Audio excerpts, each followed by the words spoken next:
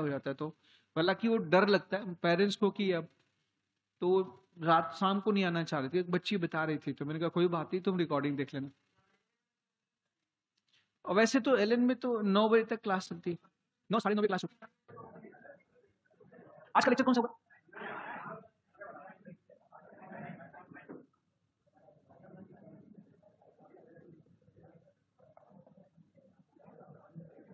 नहीं हो गया रिकॉर्डिंग, आप तो ऑन करके चलो, बस बच्चों को मिल जाना चाहिए, मैं पढ़ा लूंगा, बच्चों को नुकसान नहीं होना चाहिए। तो हमने लास्ट में आज सुबह क्या पढ़ाया था आपको?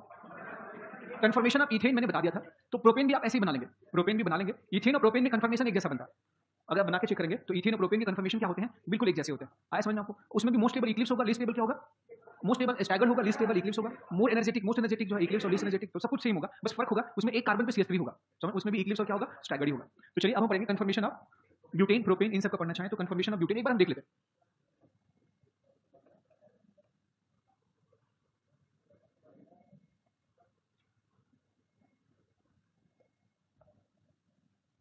आप लोग को देखने के बाद ना तो मेरी सारी थकान गायब हो जाती, ये मैं सच बोला। कन्फर्मेशन ऑफ, वैसे मेरी इच्छा है कि एक दिन जो है हम फुल फुल नाइट पढ़ेंगे, है ना, और पार्टी भी नहीं, बीच में खाने को आता रहेगा, पिज्जा वगैरह सब आता रहेगा, चाय कॉफी पिज्जा आता रहेगा। नहीं एक दो दिन किसी दिन,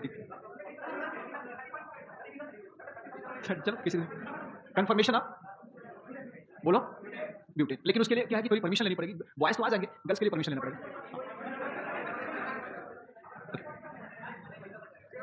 एक 12-14 घंटे class non stop, okay done.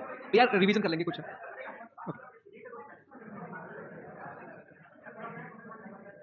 Okay. Butane जो होता है इसमें रोटेशन यहाँ से भी होता है, देखो दो कार्बन कार्बन बॉन्ड है ना, तो रोटेशन यहाँ से भी संभव है, यहाँ से भी संभव है, और रोटेशन इसका बीच वाले बॉन्ड से भी पॉसिबल है, ये बीच वाला बॉन्ड है यहाँ से भी रोटेट कर सकता है। मतलब यूं कहो कि ये कार्बन के रिस्पेक्ट में हो सकता है ये पहला कार्बन रोटेट कर जाए दूसरा रुका हो सकता है कि दूसरा रोटेट कर जाए पहला रुका हो सकता है दूसरे तीसरे के बीच में दूसरा रुका हो तीसरा रोटेट कर जाए, इसमें कन्फर्मेशन दोनों की वजह से बनता है। तो ब्यूटेन में जो कन्फर्मेशन होता है वो दोनों की वजह से संभव है। तो एक है ड्यू टू, यहाँ पे लिख सकते हैं अगर हम नंबरिंग करें, इसमें ये पहला कार्बन, ये दूसरा है, ये तीसरा है, ये चौथा है, इसका एक कन्फर्मेशन बनता है due to C1 C2 bond, है ना, due to C1 C2 bond, या C3 C4 C1 C2 के ही जैसा, है ना। तो जब भी कोई आपसे सवाल करे कि इसकी वजह से कुल कितने कन्फर्मेशन होंगे, टोटल कन्फर्मेशन कितने होंगे, तो टोटल कन्फर्मेशन जो होंगे हमेशा इनकी संख्या क्या होगी बताओ, इनफाइनाइट।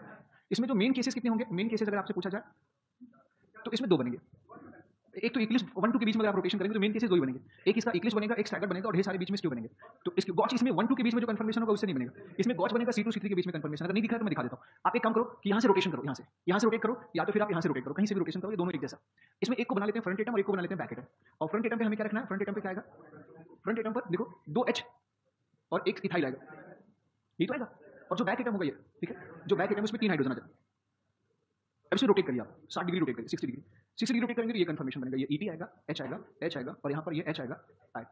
फिर आप 60 डिग्री रोटेट करेंगे, वापस 60 डिग्री रोटेट करेंगे, तो ये H इस H के पीछे, ये H इसके पीछे, ये H इथाइल के पीछे, सेम चीज वापस बन जाएगा। फिर आप रोटेट करेंगे 60 डिग्री, ये बन जाएगा, फिर रोटेट करेंगे ये बन जाएगा, तो दो ही बनेंगे। और इसके बीच के जो आइसोमर्स हैं वो क्या है बताओ, तो इसमें भी बिल्कुल प्रोपेन जैसा ही बनेगा, इथेन जैसा बनेगा, बस फर्क क्या है, इसके ऊपर एक कार्बन पे इथाइल और 2 हाइड्रोजन होंगे, एक कार्बन पे 3 हाइड्रोजन। तो इसमें मेन केसेस दो ही होंगे, एक का नाम होगा इक्लिप्स और दूसरे का नाम क्या होगा, स्टैगर्ड। इसमें अगर इसमें स्टेबिलिटी की बात करें, स्टेबिलिटी ऑर्डर, तो सबसे स्टेबल स्टैगर्ड होगा, उसके बाद इक्लिप्स होगा। इंटरनल एनर्जी की बात किया जाए, इंटरनल एनर्जी या पोटेंशियल एनर्जी की बात किया जाए तो इसमें इक्लिप्स की ज्यादा होगी, स्टैगर्ड की कम होगी, ओके। बाकी स्ट्रेन आप जानते हैं। अब हम अगर ब्यूटेन का कन्फर्मेशन हो गया, खत्म कहानी। इसमें भी ग्राफ किसके जैसा बनेगा, इसका ग्राफ बिल्कुल इथेन जैसा होगा, प्रोपेन जैसा। ग्राफ किसके जैसा होगा, इथेन और प्रोपेन। तो हम आगे बढ़ जाते हैं, बढ़ जाओ इसको कॉपी कर लेते हैं, ये रहेगा आपके पास। अगर हम ब्यूटेन का ये वाला बॉन्ड देखें, कौन सा बॉन्ड, C2 C3 वाला बॉन्ड देखें, इसकी वजह से कन्फर्मेशन बना है यहाँ से।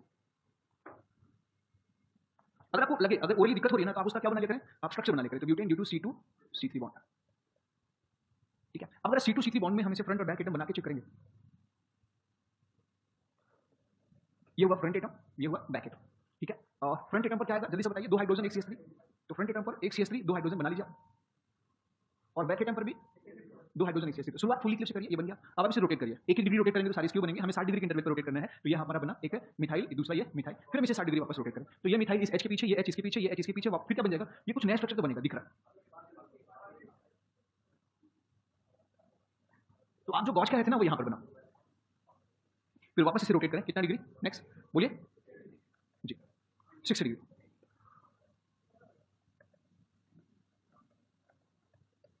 फिर अगेन इसे 60 डिग्री रोटेट करिए, तो ये मिथाइल इसके पीछे आ जाएगा, ये H इसके पीछे, ये H इसके पीछे, ये वाला बनेगा। फिर वापस आप करेंगे तो ये बनेगा, लेकिन अपोजिट से, उल्टा साइड से होगा, ठीक है। तो इसका नाम क्या होगा, ये इक्लिप्स है, ये भी इक्लिप्स है, ये गॉच हो गया और ये स्टैगर्ड। परंतु दो इक्लिप्स हो तो इसको बोलेंगे फुल इक्लिप्स और इसे बोलेंगे पार्शियल। तो इसमें जो मेन केसेस हो गए वो कौन से हो गए, इसके मेन केसेस 4 हो गए। मेन केसेस 4 कौन कौन सा चारों के नाम बता दूं? Full eclipse, partial eclipse, gauche, stagger. अच्छा, इनकी अगर हम आपसे बोलें इसमें टॉर्शनल स्ट्रेन ऑर्डर या स्टेबिलिटी, सीधा सीधा हम बात करते हैं स्टेबिलिटी ऑर्डर। टॉर्शनल स्ट्रेन बता दें। टॉर्शनल स्ट्रेन हमेशा फुल इक्लिप्स और पार्शियल इक्लिप्स का ज्यादा होगा और ये आपस में बराबर होगा, तो ये हो जाएगा full eclipse equal to partial eclipse greater than gauche equal to stagger. ये फुल इक्लिप्स और पार्शियल इक्लिप्स के इक्वल होंगे।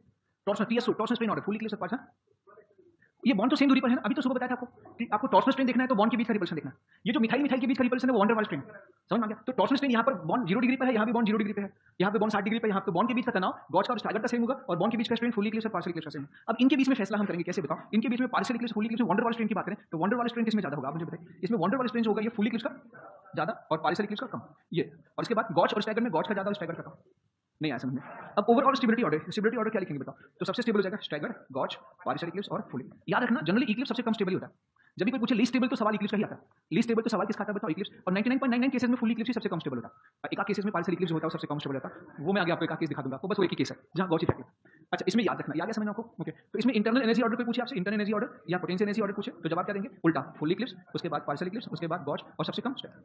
आपको बताओ जो बॉन्ड के बीच का रिपल्शन होता है ये बहुत ज्यादा डोमिनेटिंग रिपल्शन होता है। ये तनाव मॉलिक्यूल में बहुत ज्यादा होता है। मॉलिक्यूल में तनाव बहुत क्या होता है? ज्यादा होता है, मतलब एक्सट्रीम केसेस में तनाव होता है, तो इसलिए इनके पाए जाने की संभावना बहुत क्या होती है? कम। ब्यूटेन अपना जो है ज्यादातर जीवन या तो गॉच कंडीशन में बिताता है या तो स्टैगर कंडीशन में बिताता है। जब भी कभी फ्यूचर में ब्यूटेन के बारे में हमें कुछ चर्चा करनी होगी तो ब्यूटेन इन्हीं दोनों रूपों में पाए जाने की संभावना उसकी क्या होगी बताओ? ज्यादा होगी। ये हमेशा इसी रूप में पाया जाता है। आया समझ में? ओके, तो ये रहा इनके बारे में थोड़ा सा जानकारी। बाकी इनका पोटेंशियल एनर्जी डायग्राम आप बता सकते हैं कैसे बनाएंगे। अब इसमें एनर्जी के 4 पॉइंट बनेंगे क्योंकि 4 मेन केसेस हो गए। जितने मेन केसेस है उतने एनर्जी के 4 पॉइंट है। तो पोटेंशियल एनर्जी डायग्राम बनाने का एक तरीका वैसे आपको तो पता होगा, जब चाहे आप बना सकते हैं। यहाँ पे एनर्जी के 4 पॉइंट होंगे।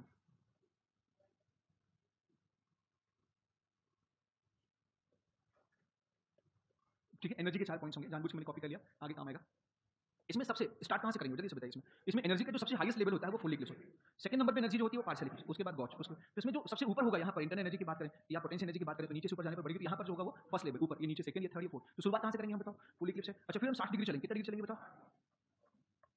फिर 120, फिर फिर फिर फिर हो गया बस। स्टार्ट कहां से करेंगे आप? जल्दी फुल इक्लिप्स से। तो फुल इक्लिप्स के बाद 60 डिग्री चलने पर जन्म किसका होगा? गॉच। और गॉच एनर्जी के किस लेवल पर है? थर्ड लेवल पे। तो हम जैसे 60 डिग्री चलेंगे तो थर्ड लेवल ये मिलेगा, 60 डिग्री पे यहाँ पर गॉच होगा 1 2 3 थर्ड लेवल। फिर वापस 60 डिग्री चलेंगे तो कौन मिलेगा? Partial Eclipse. फिर वापस पार्शियल एनर्जी के सेकंड लेवल पर पहुंच जाएगा, 120 पे हम सेकंड लेवल पे पहुंचे। फिर 180 पे एनर्जी के फोर्थ लेवल पे पहुंच जाएंगे, एनर्जी में सबसे नीचे ये आ गया फोर्थ लेवल आ गया। वापस फिर हम क्या करेंगे बताओ? एनर्जी के आगे वापस, इसके बाद फिर से पार्शियल इक्लिप्स बन जाएगा, फिर वापस क्या? गॉच बन जाएगा और फिर वापस बस इनको मिला दो, ये है पोटेंशियल एनर्जी डायग्राम। अब आपके एग्जाम में ऐसे सवाल तो ये जिनको नहीं पता ये डायग्राम बना देगा, बोलेगा ये ब्यूटेन का कंफर्मेशन का डायग्राम है, या ऐसे पूछ लेगा ये पोटेंशियल एनर्जी डायग्राम है किसी एक मॉलिक्यूल का, उस मॉलिक्यूल में से ये इनमें से कौन हो सकता है? Ethane, propane, butane. तो आप क्या बताएंगे? ब्यूटेन हो सकता है। दूसरा, ये ब्यूटेन के किस बॉन्ड के अलॉन्ग है? तो ब्यूटेन के C2 C3 बॉन्ड के अलॉन्ग। अगर एनर्जी के 4 पॉइंट मिल रहा है तो C2 C3 मतलब वहां पर गॉच भी पाया जा रहा है, पार्शियल इक्लिप्स भी पाया जा रहा है। और एनर्जी के 2 ही पॉइंट मिल रहा है तो मतलब वहां पर सिर्फ क्या मिलते हैं? इक्लिप्स और स्टैगर मिलते हैं। That's all. अब आपसे पूछा जाएगा कुछ भी, इसका जवाब आप दे सकते हैं। इस कंफर्मेशन का नाम क्या होगा? इनमें एनर्जी का ऑर्डर क्या होगा? स्टेबिलिटी ऑर्डर क्या होगा? सब आप बता दें। अभी तक आपने देखा होगा जनरली ऐसा देखा जा रहा है कि जनरली ऐसा देखा जा रहा है कि स्टैगर ही मोस्ट स्टेबल हो रहा है। बोलो, लेकिन हमेशा स्टैगर मोस्ट स्टेबल नहीं होता। देखो पार्शियल फुल तो मोस्ट स्टेबल हो ही नहीं सकते क्योंकि वहां पर बॉन्ड करीब है, तो स्टैगर और गॉच में से ही मोस्ट स्टेबल होगा, हम हमेशा याद रखेगा। लेकिन अगर कभी यहाँ पर ये मिथाइल मिथाइल के बीच में रिपल्शन की वजह से, ये रिपल्शन यहाँ पर ज्यादा होने की वजह से इसकी स्टेबिलिटी कम है, अगर इनके बीच रिपल्शन के बजाय फोर्स ऑफ अट्रैक्शन क्रिएट हो जाए, क्या क्रिएट हो जाए? तो गॉच की स्टेबिलिटी क्या हो जाती है? और ऐसे कुछ केसेस में देखा गया है कि जहां पर गॉच जो है वो स्टैगर से ज्यादा स्टेबल पाया गया। ऐसे कुछ केसेस में देखा गया है जहां पर गॉच की स्टेबिलिटी जो होती है वो स्टैगर से क्या होती है? वो कहां होगी बताओ? जहां पर हाइड्रोजन बॉन्ड की संभावना हो, जहां केटायन एनायन की अट्रैक्शन की संभावना हो, जहां डाइपोल डाइपोल अट्रैक्शन की संभावना हो, वहां पर जो है वो गॉच की स्टेबिलिटी स्टैगर से भी क्या हो जाती है? ज्यादा। आया? आप चाहें तो एक आपके सिलेबस में है इथाइलिन ग्लाइकॉल। क्या सिलेबस में आपके? Ethylene glycol.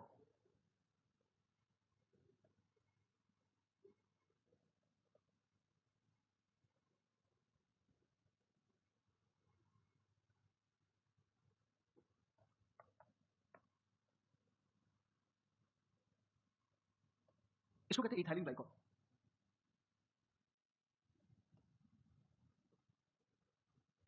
ये वाला बॉन्ड होगा। यहाँ पे C1 C2 बॉन्ड के लॉन्ग अगर आपको बनाना है तो आप ऐसे बनाएंगे, बस यहाँ फ्रंट एटम पर 2 हाइड्रोजन के साथ ये क्या हो जाएगा? OH। ऐसे बस हो गया। सब कुछ ऐसे ही होगा, सारे पॉइंट्स ऐसे होंगे, बस यहाँ पर थोड़ा वंडरवाल जो होगा यहाँ पर स्ट्रेन में चेंजेस आ जाएंगे। वंडरवाल जो स्ट्रेन होगा वो फुल्ली इक्लिप्स और पार्शियल इक्लिप्स तो सेम होंगे, लेकिन ये गॉच स्टैगर में स्टैगर पे ज्यादा हो जाएगा। गॉच में स्ट्रेन मैं क्या लिखा हूँ? ये कुछ गलत, हाँ हाँ, इसमें स्टैगर में स्ट्रेन ज्यादा हो जाएगा, गॉच में स्ट्रेन क्या हो जाएगा? कम, क्योंकि जो गॉच की कंडीशन है उसमें एक OH का H+ वो दूसरे O के नजदीक है, ये फोर्स ऑफ अट्रैक्शन से जुड़ा है ना। ये यहाँ पर कौन सा चार्ज प्लस, ये फोर्स ऑफ अट्रैक्शन से जुड़ गया, जिसकी वजह से गॉच की स्टेबिलिटी स्टैगर से भी क्या हो जाती है? ज्यादा। इसमें एक परिवर्तन आएगा, वो परिवर्तन नहीं होगा यहाँ पे। एक तो ये आएगा, फुली क्लिप्स में हाइड्रोजन बॉन्डिंग नहीं हो सकती बेटा, क्योंकि फुली क्लिप्स में ऑक्सीजन करीब होंगे, हाइड्रोजन ऑक्सीजन दूर होंगे। और दूसरी बात, फुली क्लिप्स में बॉन्ड करीब होने की वजह से टॉर्सनल स्ट्रेन इनके बीच में इतना ज्यादा होता है कि ये स्टेबल हो ही नहीं सकते। टॉर्सनल स्ट्रेन इतना ज्यादा होता है कि स्टेबल हो ही नहीं सकते। ये हाइड्रोजन बॉन्डिंग होकर के स्टेबिलिटी ज्यादा होने की संभावना से कहां पर है बताओ? गॉच में हमेशा। तो बस ये गॉच का ही फर्क होता है। यहाँ वंडर वाल स्ट्रेन की बात करें अगर हम, तो वंडर वाल स्ट्रेन जो होगा ये फुली क्लिप्स का ज्यादा होगा पार्शियल क्लिप्स से, और इसमें किसका ज्यादा होगा बताओ? गॉच से ज्यादा होगा स्टैगर्ड। ओवरऑल स्टेबिलिटी ऑर्डर में क्या हो जाएगा? गॉच, उसके बाद स्टैगर्ड, फिर पार्शियल क्लिप्स क्या होगा, फिर fully clips. Stability order, intensity order क्या हो जाएगा जल्दी से बता दो यहाँ पर? स्टैगर्ड, और सबसे कम क्या हो जाएगा? गॉच। पोटेंशियल डायग्राम में जो है गॉच ये चौथे नंबर पे आ जाएगा, मतलब ये यहाँ पर होगा 60 डिग्री पर, यहाँ पर चौथा पॉइंट। ऐसे बनाएंगे, बना लेंगे आप लोग क्या? नहीं बना पाएंगे? बोलो 60 डिग्री चलने पर गॉच मिलेगा, फिर 60 डिग्री पर पार्शियल क्लिप्स, फिर स्टैगर्ड, फिर पार्शियल क्लिप्स, फिर गॉच, और फिर क्या होगा? स्टैगर्ड। बनाऊं या बना लेंगे आप लोग? वो सारे पॉइंट्स हैं, बस इतना ही फर्क है। तो इतना सिर्फ याद रखना, इतना बनाने की जरूरत नहीं। जैसे इथाइलिन ग्लाइकॉल में C1 C2 के बीच में अगर हम कंफर्मेशन बनाते हैं तो मोस्ट स्टेबल कंफर्मेशन क्या होगा बताओ? गॉच। लीस्ट क्या होगा बताओ? Fully clips. दैट्स ऑल, इतना ही बताना। या इनके नाम पूछ लेगा, या इनके बीच में टॉर्सनल स्ट्रेन पूछ लेगा, या इनका वंडर वाल स्ट्रेन पूछ लेगा, आप जवाब दे सकते हैं। या एक जनरल पॉइंट्स लिख सकते हैं जनरली। कौन सा ग्राफ? क्या चीज? नाम लिखूं? यहाँ पर क्या हो जाएगा? फुली क्लिप्स, ये क्या हो जाएगा? गॉच। यहाँ पर पार्शियल क्लिप्स, ये स्टैगर्ड, ये पार्शियल क्लिप्स, यहाँ पर गॉच, और ये क्या हो जाएगा आपका? Fully clips. ये 60 डिग्री होगा, ये 120 डिग्री होगा, ये 180 डिग्री, ये 240, ये 300 और ये 360। ठीक है, कर लेंगे आप? चलिए, इसी के साथ ये कंफर्मेशन हमने लगभग क्या कर लिया, और लिया। तो अब वो जनरल पॉइंट दिखा दूं आपको, लिखिए general points.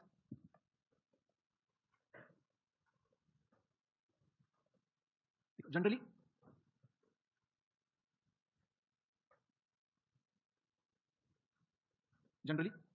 NT staggered conformation is more stable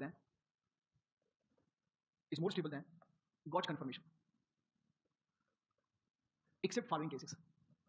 accept क्या है बताओ? Following cases. कौन कौन से केसेस हैं बता दो जल्दी से एक बार।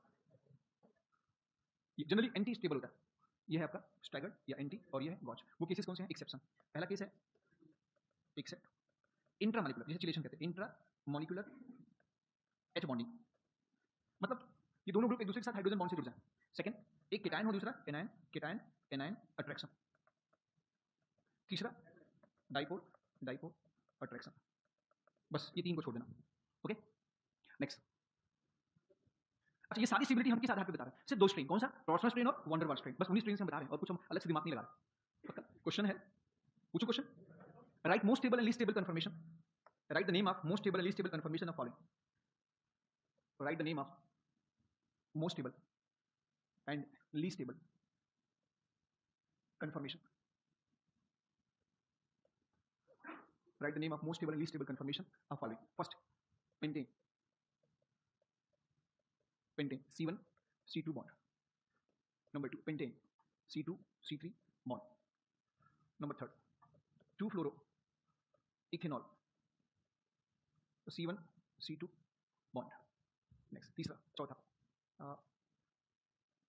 1,2-dichloroethane, C1, C2 bond. पांचों। Next,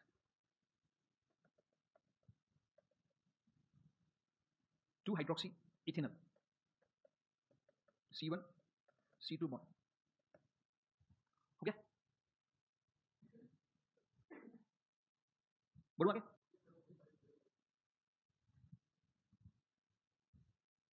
next, 1, 2, 3, 4, 5।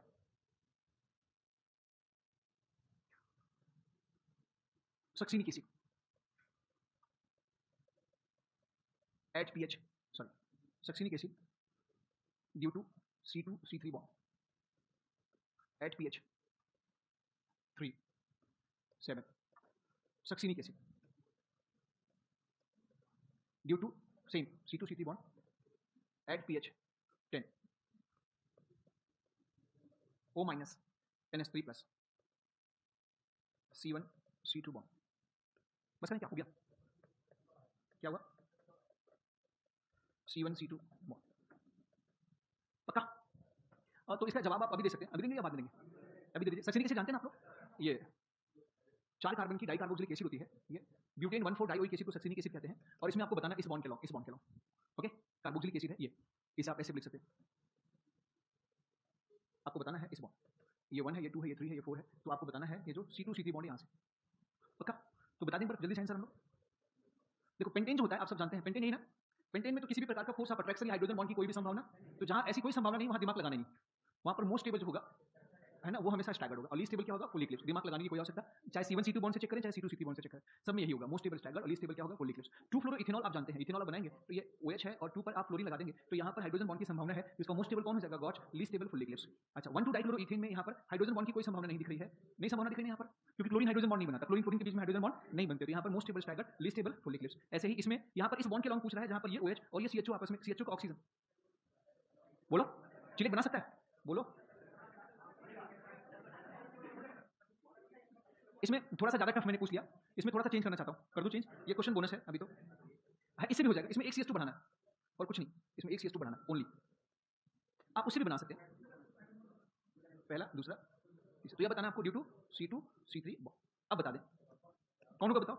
ये OH और ये CHO की O के बीच में क्या संभावना है? हाइड्रोजन बॉन्ड की संभावना है, इसलिए मोस्ट स्टेबल कौन हो जाएगा इसमें बताओ? बोलो। Gauche, least stable, fully Eclipse.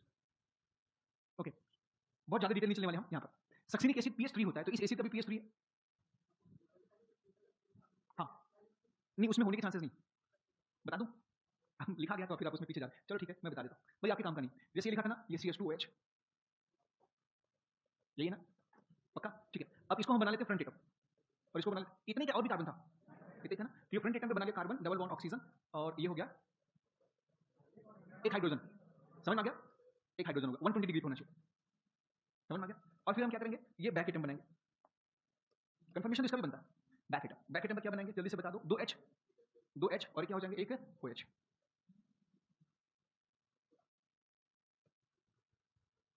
बना लिया क्या? इसने 3 ही बॉन्ड बनाया, इसके पास एक बॉन्ड नहीं। अब इसे घुमाइए, इसे रोटेट करिए, एक एक डिग्री करके घुमाएंगे। जब ये OH इस O के अपोजिट आएगा तो स्टैगर्ड कहलाएगा, और जब ये OH और ये आपस में 60 डिग्री पर होंगे तो ये क्या कहलाएगा बताओ? गॉच कंडीशन में कहलाएगा। आया समझ में आपको? बोलिए। अच्छा, हाइड्रोजन बॉन्ड बनाने के लिए जनरली आपने देखा होगा, जो इस कार्बन का OH था ये थोड़ा ट्रेवल किया आगे तक, और फिर इसके गॉच पोजीशन पे जो क्या था वो था, ये इसके साथ हाइड्रोजन बॉन्ड बना लिया था।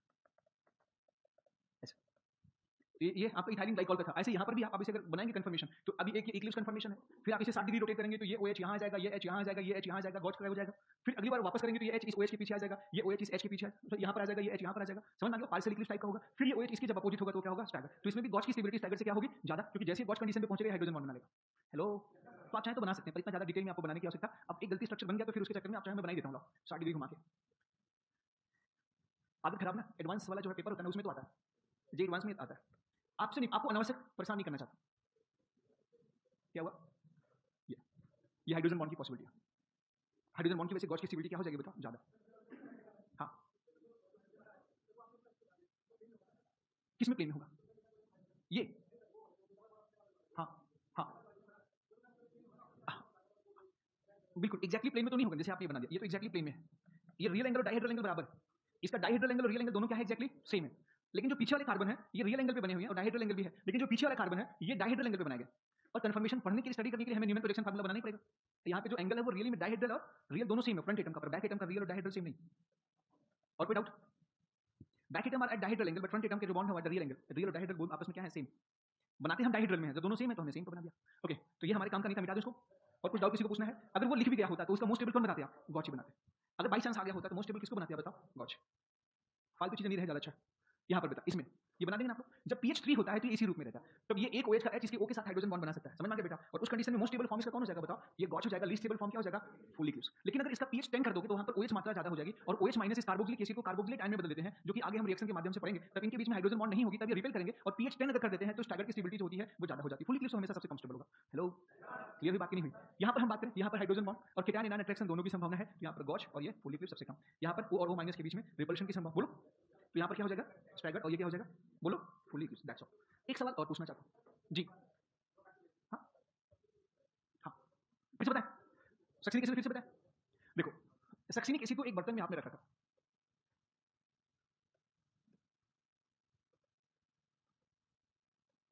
मोहल्ले का pH कम है, मतलब वहां पर क्या होगा? अगर हमने लिखा pH 3, मतलब यहाँ पर किसकी मात्रा अधिक है? H प्लस ज्यादा है, पक्का। pH अगर हम 10 कर दें, pH 10 कर देंगे, ठीक है, ये पूरा मोहल्ला जिसमें ढेर सारे OH भरे हुए हैं, ये है pH 10, और यहाँ पर ढेर सारे क्या है? OH, इनकी मात्रा ज्यादा। अब घर से सक्सिनिक एसिड इसके अंदर एंट्री किया, तो जैसे एंट्री करेगा, ये एंट्री करते ही ये सक्सिनिक एसिड जैसे एंट्री करेगा, इसके सभी H को OH छीन लेंगे, एसिड बेस रिएक्शन, और तुरंत ये कन्वर्ट हो जाएगा सक्सिनेट आयन में। और जब ये इस मोहल्ले में अकेले सक्सिनिक एसिड के रूप में जीवन नहीं बिता पाएगा, ये किस रूप में जीवन बिताएगा? सक्सिनेट आयन के रूप में। तो अब जब सक्सिनेट आयन के रूप में जीवन बिता रहा है, तो अब इसका जो रोटेशन होगा, तो इसमें जब रोटेशन होगा तो यहाँ पर हाइड्रोजन बॉन्ड की संभावना, तो इसका ये अपने जीवन में एंटी फॉर्म में ज्यादा रहेगा। ये किस फॉर्म में ज्यादा रहेगा? ये pH में एंटी फॉर्म में ज्यादा मिलेगा, और अगर pH 3 है तो गॉच फॉर्म में ज्यादा मिलेगा। तो अब हम क्यों ज्यादा मिला, क्योंकि इसकी स्टेबिलिटी क्या होती है, ज्यादा। पीएच इसकी स्टेबिलिटी जो होगी वो एंटी वाले की ज्यादा होगी, पीएच 10 होगा, और इसमें स्टेबिलिटी गॉश वाले की ज्यादा होगी जब पीएच क्या होगा, 3 होगा। नहीं आया समझ में आपको? और कोई डाउट किसी को? हेलो, हाइड्रोजन बॉन्ड, हाँ वीक बनता है पर बनता है, रिंग जो होती है थोड़ी बड़ी होती है, वो बना लेते हैं।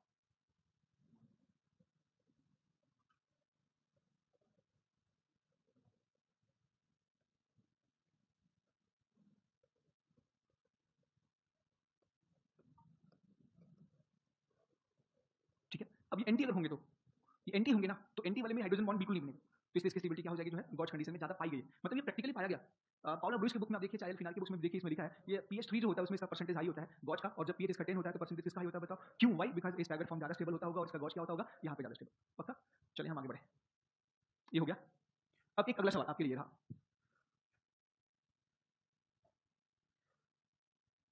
ये मैं आपसे पूछूं इनमें कौन ज्यादा स्टेबल होगा, ये आपने पढ़ा होगा गॉच, ये सोच समझ के बताइएगा। यहाँ पर वैलेंस और इलेक्ट्रॉन पेयर रिपल्शन थ्योरी भी अप्लाई कर लीजिएगा। पहले तो बताइए किसका कंफर्मेशन है किस बॉन्ड की वजह से,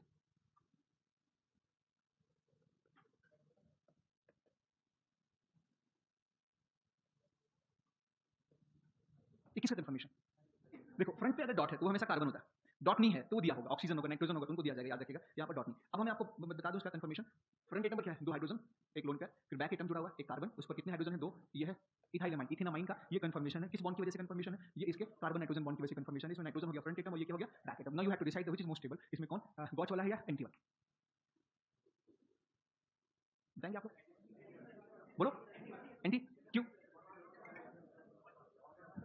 क्या चीज, हेलो, हाँ टेबल का पहले बताओ। ये इसे गॉच कहेंगे क्योंकि फ्रंट एटम का लोन पेयर और बैक एटम का मिथाइल जो है 60 डिग्री पर है, ये गॉच है, ये स्टैगर्ड या एंटी है। बता दो कौन से पहले, स्टैगर्ड, कितने लोग करें स्टैगर्ड, कितने लोग करें गॉच, पहले गॉच वाला रीजन बताएं आप। इसमें इसमें टॉर्शन स्ट्रेन ज्यादा हुआ, क्यों,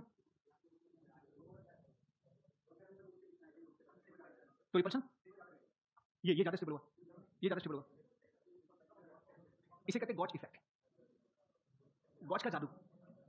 इसे केमिस्ट्री में लिखा जाता है गॉच का जादू। अगर फ्रंट एटम पे लोन पे या एक एटम का लोन पे पड़ोसी एटम का बड़ा ग्रुप 60 डिग्री पर है, गॉच कंडीशन में है, तो ये उस कंफर्मेशन से ज्यादा स्टेबल होगा जिसमें बड़ा ग्रुप और लोन पे एंटी होते हैं। इसे कहते हैं गॉच इफेक्ट, क्या कहते हैं जो है गॉच, गॉच का जादू। तो इसमें कौन स्टेबल होगा बताओ, गॉच, गॉच इफेक्ट। हाँ, वैसे फिर से बता रहे थे, एक्चुअली आप क्या बता रहे हैं कि सर हमने सुना है कि ये आप ये वाला फंड लगा रहे हैं कि लोन पेयर का रिपल्सन ज्यादा होता है लोन पेयर बॉन्ड पेयर के रिपल्सन से, ओके, और ये ज्यादा होता है बॉन्ड पेयर रिपल्सन। ये पढ़ा तो है आपने लेकिन थोड़ा सा पढ़ा, पेन देना जल्दी से।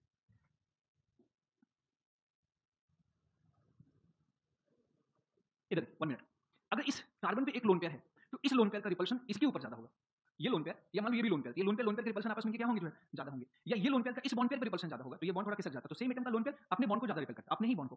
क्यों? क्योंकि जो लोन पेयर होता है वो एटम से दूर नहीं रह पाता, क्योंकि वो एक ही न्यूक्लियस के प्रभाव में होता है, तो वो न्यूक्लियस अपनी तरफ खींच लेता है, और जब नजदीक आता है तो बॉन्ड के नजदीक आ जाता है, बॉन्ड के नजदीक आने की वजह से रिपल्शन ज्यादा करता है, ये तो कारण है। लेकिन ये पड़ोसी बॉन्ड को प्रभावित नहीं करता, जिस घर में है, जिससे जुड़ा है, जिस पेरेंट से जुड़ा है, जिस कार्बन से जुड़ा है, उसी बॉन्ड को रिपेल करता है, पड़ोस के बॉन्ड को रिपेल नहीं करता। यहाँ पर पड़ोसी के बीच में रिपल्शन आप बोल रहे हैं, यहाँ पर इस नाइट्रोजन का लोन पेयर पड़ोसी कार्बन के CH3 को वाले रिपल्शन को बोल रहे हैं, तो वो यहाँ पे लागू नहीं होगा। अब मैं आपको बताता हूँ इसका रीजन बता दूं। अच्छा, अमोनिया का स्ट्रक्चर, मीथेन का स्ट्रक्चर कैसा होता है, CH4 का, क्यों?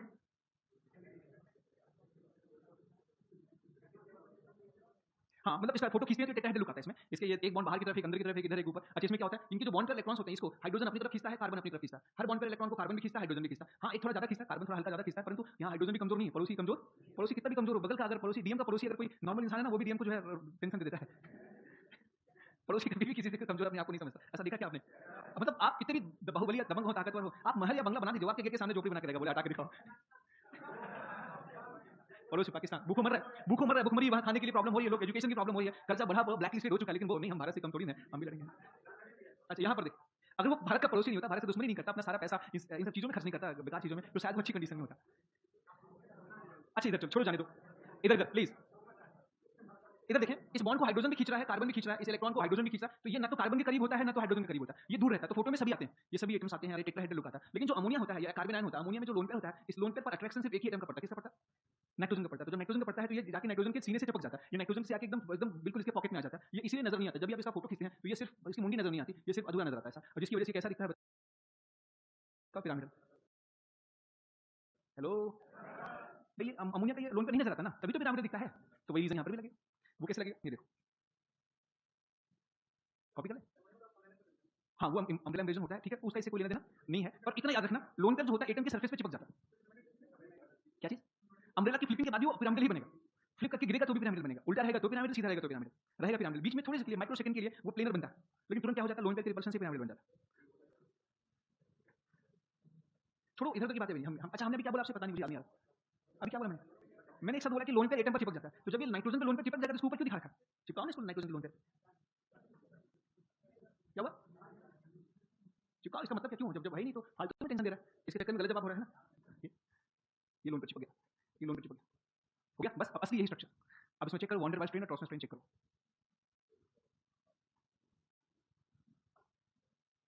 चलो इसमें सारे बॉन्ड 60 डिग्री पर है, इधर 120, इसमें टॉर्सनल स्ट्रेन जो इसमें होगा उतना यहाँ पर भी होगा, दोनों में टॉर्सनल स्ट्रेन बराबर, कोई अंतर नहीं, both have same torsional strain. Gauche और स्ट्रैगल में टॉर्सनल स्ट्रेन सेम होता है। Now we have to check van der Waals strain. Van der Waals strain, van der Waals strain होता है ग्रुपों के बीच का रिपल्शन। ध्यान से देखिएगा, यहाँ पर जो मिथाइल है, इस मिथाइल का को रिपेल करेगा एक हाइड्रोजन 120 डिग्री से और एक हाइड्रोजन 60 डिग्री से रिपेल करेगा। इस मिथाइल को एक हाइड्रोजन किधर से रिपेल करेगा, 120 से, और एक हाइड्रोजन किधर से रिपेल करेगा बताओ, 60 डिग्री से। तो एक तरफ का रिपल्शन थोड़ा भारी होगा, एक तरफ का हल्का होगा, रिपल्शन लगभग नेग्लिजिबल होगा। यहाँ पर इस मिथाइल पर रिपल्शन दोनों तरफ से 60 डिग्री से पड़ रहा है, तो किस मिथाइल पर रिपल्शन ज्यादा पड़ेगा बताओ। तो वॉन्डर वाइस स्ट्रेन किसमें ज्यादा होगा बताओ। वॉन्डर वाइस स्ट्रेन अगर यहाँ इतना है तो यहाँ पर क्या हो जाएगा, इतना हो जाएगा, नहीं आया समझ में। तो जहाँ स्ट्रेन ज्यादा वहाँ लाइफ क्या हो जाएगी, तो इसलिए गॉच की स्टेबिलिटी ज्यादा होगी, इसी को गॉच का जादू कहते हैं।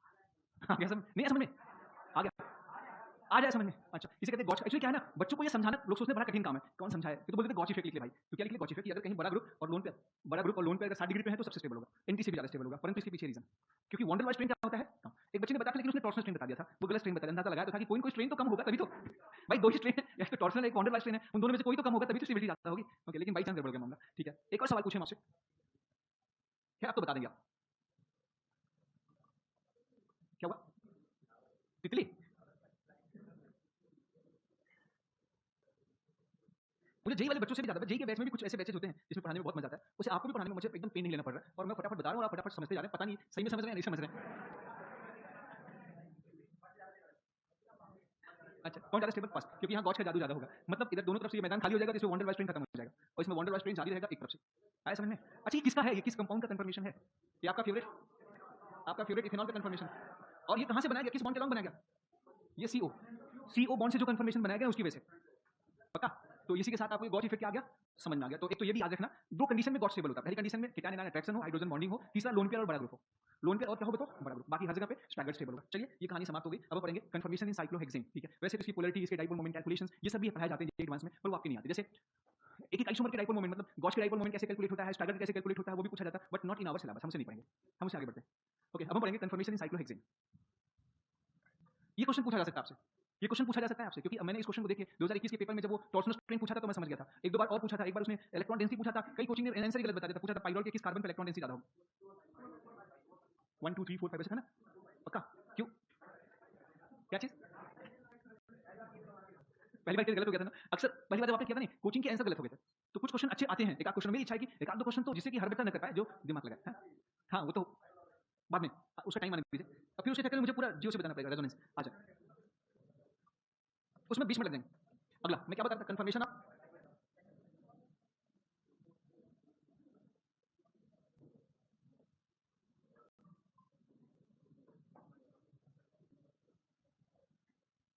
अगर साइक्लोहेक्सेन ऐसा होता तो उसका एंगल कितना होना चाहिए था बताओ, 120 का होना चाहिए था, बोलो।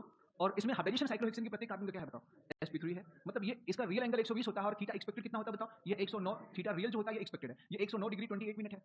अब इसका हर बॉन्ड अगर साइक्लोहेक्सेन ऐसे प्लेनर बनाया जाए तो हर बॉन्ड को लगभग 11 डिग्री हमें फैलाना पड़ेगा, बोलो।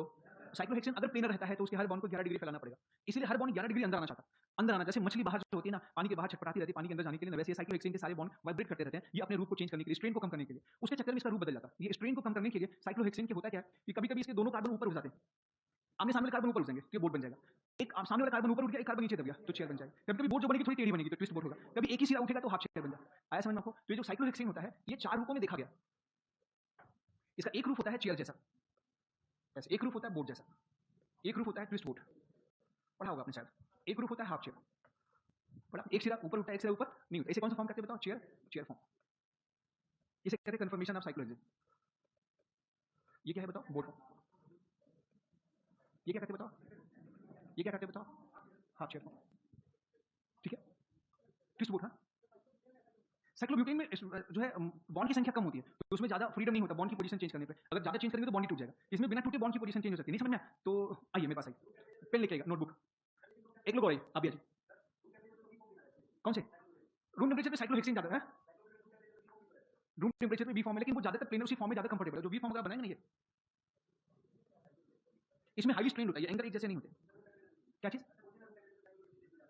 मैं आगे इस पे चर्चा करूंगा, पहले एक करके बताते हैं, एक एक करके। इधर ये पकड़िए, एक आप भी आइए, पेन लेके आइए, एक एक करके बताएं फटाफट। उसके बाद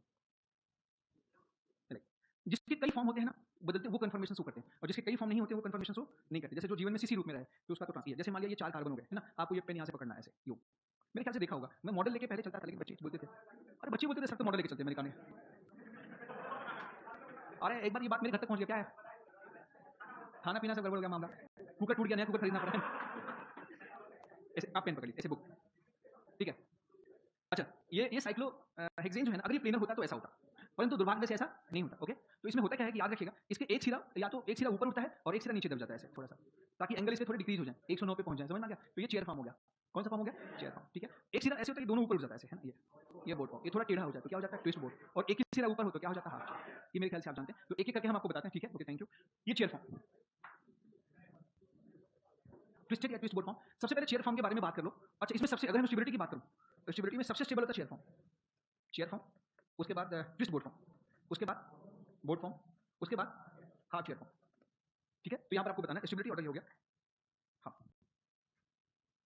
इंटरनल एनर्जी या पोटेंशियल एनर्जी ऑर्डर पूछा जाए, बोलो। हार्ड चेयर, उसके बाद फिर कौन होगा? ट्विस्ट बोर्ड फॉर्म, उसके बाद मैं कुछ गड़बड़, कुछ गलत लिख रहा हूँ, मैं कुछ और सोच रहा हूँ। बोर्ड फॉर्म, उसके बाद ट्विस्ट बोर्ड फॉर्म, उसके बाद चेयर फॉर्म। जब हम गलत लिखते हैं तो दिल कहता है कुछ गलत हो रहा है। जब भी कभी कुछ गलत होता है तो हम बोल देते हैं, हमारे हमें लग जाता है गलत हो रहा है, लेकिन फिर भी हम करते थे ठीक है गलत हो रहा है, होने दो, देख लेंगे। हो गया। तो थोड़ा सा चेयर फॉर्म क्यों सबसे स्टेबल है, इसके पहले रीजन बता दूं कि इसमें कुछ इसके जो बॉन्ड होते हैं वो गॉच कन्फर्मेशन में होते हैं, और इनके जो बॉन्ड्स होते हैं वो इक्लिप्स कन्फर्मेशन में होते हैं। जो इक्लिप्स आपने देखा ना, इक्लिप्स, तो इक्लिप्स जैसा होते हैं बोट और इसमें, तो इसमें क्या होते हैं? गॉच कन्फर्मेशन। तो एक और कारण है, इसी वजह से ज्यादा स्टेबल होता है। तो क्या देखना चाहेंगे क्या आप लोग? थोड़ा सा डिटेल देख लेते हैं 2 मिनट इसमें, है ना। चेयर फॉर्म थोड़ा जल्दी देखेंगे, इस पे सवाल बनता है और अच्छा बनता है। इसमें एक बहुत अच्छा सवाल बनता है जो अक्सर बच्चे गलत करते हैं, अगर ना जाने तो। चेयर फॉर्म, चेयर फॉर्म पे जो बॉन्ड होते हैं, आप इसके टेट्राहेड्रल लुक को बनाने के लिए ध्यान से, हर कार्बन पे टेट्राहेड्रल, हर कार्बन पे 2 हाइड्रोजन होंगे, तो इसका एक हाइड्रोजन यहाँ पर होता है, एक हाइड्रोजन यहाँ होता है। अगर आप ध्यान से देखिए तो इसके आसपास इर्द गिर्द यहाँ टेट्राहेड्रल लुक आपको नजर आएगा। यहाँ से चलिए, यहाँ पे, फिर यहाँ पे, फिर यहाँ पे, फिर यहाँ पे, फिर यहाँ पे, दिख रहा है इसमें टेट्राहेड्रल लुक? तो इसके नहीं दिख रहा क्या? ऐसे हर कार्बन पे इसका टेट्राहेड्रल लुक नजर आता है। तो इसके जो बॉन्ड होते हैं वो 109 डिग्री पे पहुंच जाते हैं ऐसे। तो अब इसको मैं मिटा देता हूँ, लुक आपने देख लिया, ये झलक देख लिया आपने, ठीक है। ये ऐसे कहीं भी आप देखेंगे तो टेट्राहेड्रल लुक आप आ जाएंगे, एक छोटा टुकड़ा कट करेंगे तो टेट्राहेड्रल लुक आएगा। इसमें हर कार्बन पे जो बॉन्ड होता है वो एक एक्सिस के ठीक, एक्सिस नहीं है, यहाँ पर एक एक्सिस अगर हम इसको बना दें मॉलिक्यूल के सेंटर से, तो एक बॉन्ड एक्सिस के पैरेलल होता है, लगभग ऑलमोस्ट एग्जैक्ट नहीं होता, थोड़ा हल्का तिरछा होता है, परंतु जो ठीक ऊपर और नीचे होता है वो उसको पैरेलल बनाते हैं। और जो एकदम से बिल्कुल पैरेलल नहीं होता, जो तिरछा होता है, समझ में आ गया? 2 तरह के बॉन्ड हर कार्बन में मिलेंगे आपको। तो जो ठीक ऊपर नीचे बॉन्ड होता है उसे एक्सियल बॉन्ड कहते हैं। क्या कहते हैं? एक्सियल। और जो तिरछा होता है उसे क्या कहते हैं बताओ? इक्वेटोरियल। ये कौन सा बॉन्ड है बताओ? इक्वी, ये हाइड्रोजन है एक्सियल, ये हाइड्रोजन है इक्वेटोरियल। यहाँ पर इक्वेटोरियल, ये वाला क्या होगा बताओ? एक्सियल। यहाँ पर ये जो तिरछा होगा, तिरछा इक्वेटोरियल, और जो ठीक ऊपर होगा बताओ? एक्सियल। यहाँ पे ये तिरछा है थोड़ा सा, इक्वेटोरियल। ये ठीक नीचे है, नीचे की तरफ एक्सियल। ये ठीक ऊपर है एक्सियल, ये तिरछा है इक्वेटोरियल। ये ठीक नीचे है एक्सियल, ये थोड़ा तिरछा है इक्वेटोरियल। हर कार्बन पे लुक। अच्छा, ये वाला बॉन्ड आप अंदर भी लिख सकते हैं, बाहर भी लिख सकते हैं, ये बस टेट्राहेड्रल लुक इसका बनना चाहिए। तो यहाँ पर चेयर फॉर्म के बारे में कभी कोई बोले तो इसमें कुल 12 सीएच बॉन्ड होंगे, 12 सीएच बॉन्ड, और जिसमें से 6 सीएच बॉन्ड जो होते हैं, 6 सीएच बॉन्ड ये एक्सियल पोजीशन पे होते हैं, और रिमेनिंग 6 सीएच बॉन्ड जो होते हैं वो इक्वेटोरियल पोजीशन पे होते हैं।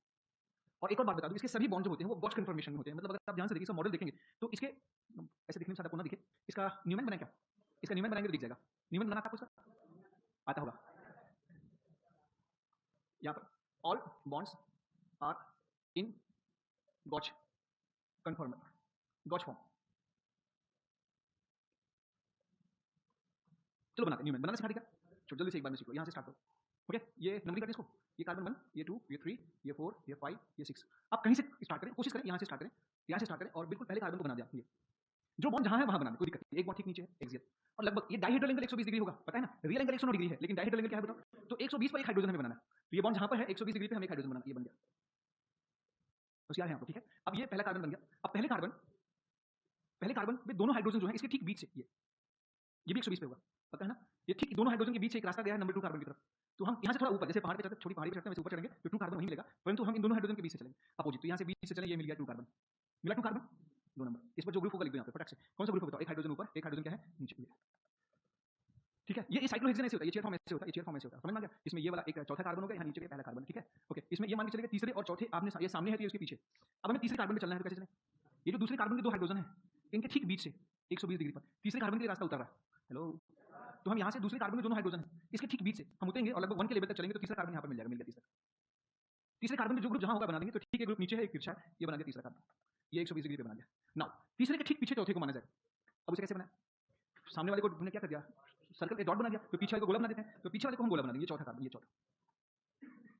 चौथे कार्बन में जो ग्रुप जहां होगा उसको दिखा देंगे। चौथे कार्बन में ठीक एक ग्रुप ऊपर है और एक ग्रुप क्या है, नीचे है, बिना कुछ सोचे समझे एक ग्रुप ऊपर, एक ग्रुप 120 डिग्री पे बन गया। अब हमें पांचवें कार्बन पर पहुंचना है। पांचवा कार्बन कहां मिलेगा, जल्दी से हमें दोनों हाइड्रोजन के बीच से 120 डिग्री से आएंगे, नीचे की तरफ आएंगे, तो पांचवा कार्बन, तो इन दोनों हाइड्रोजन के बीच से नीचे की तरफ आएंगे, तो यहां मिलेगा हमें पांचवा कार्बन। कौन सा कार्बन मिल गया, वो पांचवा कार्बन। बताओ इसमें हाइड्रोजन कैसे, पांचवें कार्बन पे एक्सियल हाइड्रोजन ठीक नीचे है, ओके, ये हाइड्रोजन एक्सियल है और ये तिरछा वाला इक्विटोरियल है। अब हमें छठा कार्बन बनाना, छठा कार्बन आखिरी में, छठा होगा पहले के पीछे, तो अगर पहले को गोला कर दें, सर्कल कर दें, तो छठा कार्बन बन जाएगा, ये बना छठा कार्बन। 6 कार्बन का ग्रुप हमें जोड़ना है, कैसे जोड़ें, पांचवें को जोड़ दें 6, और छठे कार्बन पे हाइड्रोजन हमें दिखाना है, ये बन गया Newman production formula, chair form बन गया न्यूमैन प्रोडक्शन फार्मूला। अब आपको साफ-साफ दिख रहा होगा यहाँ से, फ्रंट कार्बन पे एक विदेशी ग्रुप है कार्बन CS2 और बैक कार्बन पर विदेशी ग्रुप CS2, ये 60 डिग्री पे, तो गॉस कन्फर्मेशन है कि नहीं बताओ। और गॉस कन्फर्मेशन में टॉर्सन स्ट्रेन, गॉस स्टैगर दोनों में टॉर्सन स्ट्रेन क्या होता है, कम होता है, तो जब कम होता है तो इसकी स्टेबिलिटी क्या होती है, ज्यादा, इसीलिए इसके पाए जाने की संभावना भी क्या होती है, ज्यादा। कभी-कभी ये स्ट्रक्चर देखिए आपसे पूछते हैं इसमें कौन बॉन्ड एक्सियल है, कौन इक्विटोरियल है, जो ठीक ऊपर नीचे होंगे वो क्या होंगे, एक्सियल, जो थोड़ा तिरछा होंगे वो क्या हो जाएंगे, इक्विटोरियल। मैं आपसे पूछूं ये वाला बॉन्ड क्या होगा, ये आया समझ में आपको? 6 बॉन्ड एक्सियल होते हैं, 6 बॉन्ड क्या होते हैं बताओ, इक्विटोरियल। तो कभी-कभी यहाँ से क्वेश्चन पूछे तो आप जवाब दे सकते हैं। मैं कभी अगर यहाँ से सवाल बना के पूछूं, यहाँ पे क्लोरीन या OH लगा के, फिर दूसरे में क्लोरीन या OH लगा के, तो आप नंबरिंग इसी मेथड से कर सकते हैं। आप किसी भी कार्बन को 1 बोलिए, अब ये गोले को भी 2 बोल सकते हैं, इसको भी 2 बोल सकते हैं, समझ में आ गया, ये जिससे जुड़ा होगा इसको भी 2 बोल सकते हैं, ये सर्कल को भी 2 बोल सकते हैं, दोनों तरफ से नंबरिंग कर सकते हैं। पक्का फ्यूचर में IUPAC नहीं पूछेंगे तो आप बता देंगे ना आप लोग। जैसे मैं एक सवाल कर लेता हूँ, मेरे मन में आ रहा है, तो मिलेंगे नहीं, आपने सवाल करने के लिए चले जाएंगे जल्दी, तो जैसे मैंने ये लिखा, कॉपी किया था नहीं मैंने, पक्का ठीक है, मैंने पूछा कॉपी किया था। अब इसमें नंबर तो पड़ गया है, क्या बताऊं, नंबर तो पड़ गया है।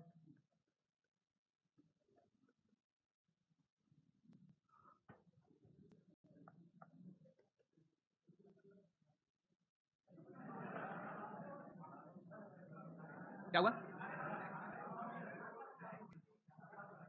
What should the IUPAC name of this compound, इसका IUPAC नेम बताना, इसका नाम बताना। फिनॉल नहीं, फिनॉल कहाँ है, चल गई है, थक गया, बताए क्या, 3 क्लोरो साइक्लो, पता। अब देखो नंबरिंग में हमारे पास ऑप्शन है, ये OH भी है और ये Cl भी है, परंतु हम महत्व किसको देंगे, तो OH को वाले कार्बन को बोलेंगे 1।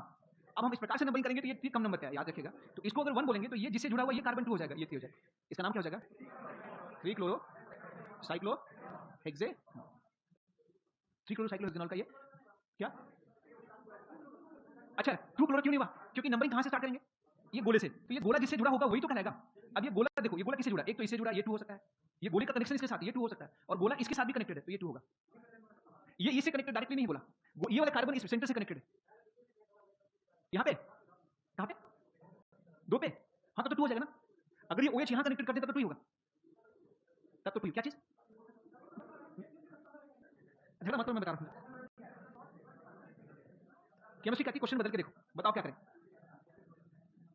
बोलो क्या करें, OH यहाँ लगा दूं, चलो अब तो नंबरिंग कहाँ शुरू करोगे,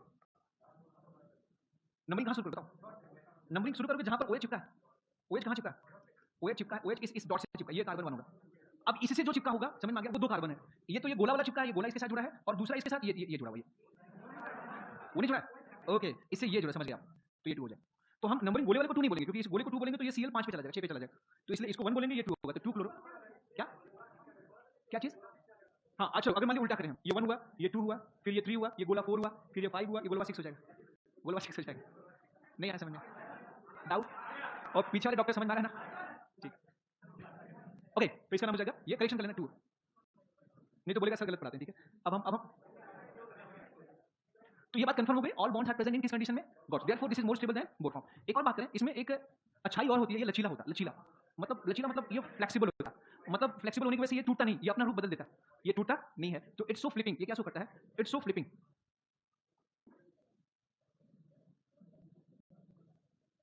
इट्स सो फ्लिपिंग। फ्लिपिंग में क्या होगा कि मान लिया ये सिरे पर प्रेशर पड़ा, इसको इस रूप में प्रॉब्लम हो रही है, ठीक है, यहाँ पर ये बॉन्ड क्या था, एक्सियल था, ये बॉन्ड इक्वेटोरियल था, ये वाला बॉन्ड एक्सियल था, इसमें प्रॉब्लम हो रही है, तो ये फ्लिप कर जाता है। फ्लिप में क्या होगा, इसका जो सिरा ऊपर उठा है नीचे दब जाएगा, और जो नीचे है ये सिरा कहाँ जाएगा, ऊपर, ये इस प्रकार से इस रूप में कन्वर्ट हो जाएगा। आप पकड़ो ना इसको, ये देखो, इसको पकड़ के नीचे लाना, इसको पकड़ नीचे लाओ और इसको पकड़ ऊपर ले जाओ। इस फ्लिपिंग में एक चेंज आता है इसके जो सारे एक्सियल बॉन्ड होते हैं ये एक्सियल बॉन्ड वो यहाँ इक्वेटोरियल बन जाएंगे और जो इक्वेटोरियल यहाँ होंगे वो सब यहाँ क्या हो जाएंगे एक्सियल। सेम बॉन्ड जो एक्सियल और इक्वेटोरियल हो जाएगा, इक्वेटोरियल एक्सियल हो जाएगा, ऐसा समझ में आपको। तो यहाँ पर ये हाइड्रोजन हो जाएगा इक्वेटोरियल और ये हाइड्रोजन क्या हो जाएंगे एक्सियल। आप चेक करके देख सकते हैं, ये पेन यहाँ रखिए, मैं इसे बता, यहाँ देखो ये, हाँ ये इस प्रकार से स्ट्रक्चर कुछ होगा इसका। ये वाला बॉन्ड क्या है, ये क्या है, ठीक है, इसको आपने फ्लिप करके नीचे दबा दिया, ये देखो नीचे दबा के चला गया। तो ये वाला जो बॉन्ड जो इक्वेटोरियल था वो क्या हो गया, जो एक्सियल था वो क्या हो गया, फिर इसे फ्लिप करके ऊपर ले जाए, नहीं ऐसा होगा। तो same axial bond converted to an equatorial bond converted to that's all. अगर कंफर्टेबल इसको कभी इस रूप में नहीं होगा तो इस रूप में ये फ्लिपिंग लचीलापन इसकी लाइफ को बढ़ा देता है। जैसे जो पेरेंट्स लचीले होते हैं, मतलब अपने ग्रैंडफादर के साथ भी एडजस्ट कर लेते हैं, फादर के साथ भी एडजस्ट कर लेते हैं, बेटे के साथ भी एडजस्ट कर लेते हैं, पोटे के साथ भी एडजस्ट कर लेते हैं, उनकी उम्र ज्यादा होती है। मेरे ग्रैंडफादर थे, बहुत फ्लेक्सिबल थे, 105 साल तक जिंदा रहे। उनकी एज अभी 104-5 साल, 6 महीने तक वो साइकिल चला लेते थे या 6 महीने तक वो आराम से टहल लेते थे। हाँ तो फ्लेक्सिबल इसकी लाइफ को बढ़ा देता, फ्लेक्सिबल इसकी लाइफ को क्या कर देता बताओ, बढ़ा देता। It's okay. यहाँ पर एक कमी होती है, वो कमी है, कमी तो हर इंसान में, चेयर में भी होती है, इसके चेयरवा में भी एक कमी होती है। क्या कमी?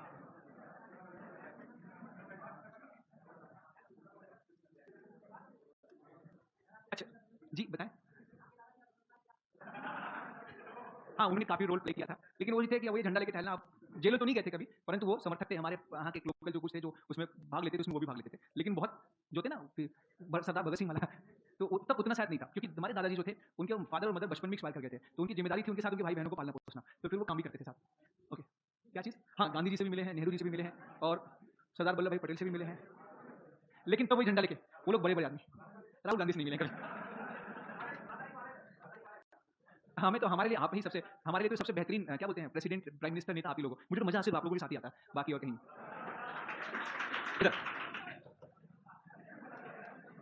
मेरी ये 6वीं क्लास है, अब आप सोचें 1.5 घंटा कोई पर डे, 1.25 घंटे पर डे क्लास अगर पढ़ा है तो 8 घंटे हो गए ना, 6 घंटे में 9 घंटे। अगर यहाँ से जयपुर जाना होता है तो 4-5 घंटे लगता है, हम वो वाली बस चुनते जिसमें सोने की व्यवस्था हो या बैठने की व्यवस्था हो। डेली हम सुबह से खड़े हैं और जयपुर जा रहे हैं, जयपुर आ रहे हैं वापस, लेकिन हमें पता नहीं चलता क्योंकि आप सामने बैठे होते हैं ना, तो समय कब बीत जाता है पता नहीं चलता।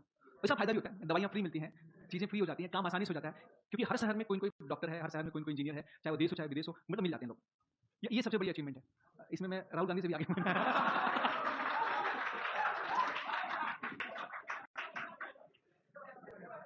अच्छा ठीक है, अच्छा वापस अब मैं आपको बता दूं बेटा, इधर देखें, यहाँ पे जो एक्सियल हाइड्रोजन होते हैं ना, ये जो 3 एक्सियल हाइड्रोजन ऊपर की तरफ है और 3 एक्सियल हाइड्रोजन क्या होते हैं बताओ, नीचे साइड होते हैं। ओके तो ये एक्सियल हाइड्रोजन, इसमें याद रखना एक्सियल हाइड्रोजन जो अल्टरनेट पोजीशन पे होते हैं वो अपोजिट डायरेक्शन में होते हैं। ये अगर ऊपर है तो ये क्या होगा नीचे की तरफ, ये ऊपर तो ये नीचे की तरफ होता है, ये डायरेक्शन इनके अपोजिट होते हैं। लेकिन जो तीसरे नंबर के हाइड्रोजन होते हैं वो एक्सियल वाले सेम डायरेक्शन में होते हैं, तो ये इनके बीच में वंडर वाल रिपल्शन भी होता है कभी कभी, ये रिपल्शन, और इसी रिपल्शन को हम बोलते हैं 1-3 इंटरेक्शन या रिपल्शन।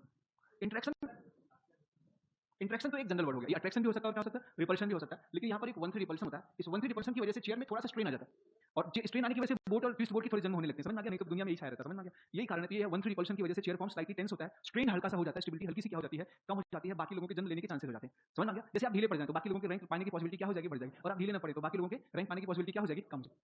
तो वही हाल यहाँ पर भी है, इसे कहते हैं 1-3 इंटरेक्शन या 1-3 रिपल्शन। एक सवाल इस पे पूछा जाता है, जैसे एक क्वेश्चन पूछा जाता है कि जैसे ऐसे पूछ लेगा चेयर फॉर्म में बड़े बड़े ग्रुप लगा दिए, जैसे हमने यहाँ पर ये मिथाइल लिखा, ये एक्सियल पोजीशन पे, और दूसरे में हमने मिथाइल इक्विटोरियल पोजीशन पे लिखा था, और फिर पूछा गया कि इन दोनों में कौन ज्यादा स्टेबल होगा, इन दोनों में कौन ज्यादा स्टेबल होगा, आपसे पूछा जा सकता है इस पे।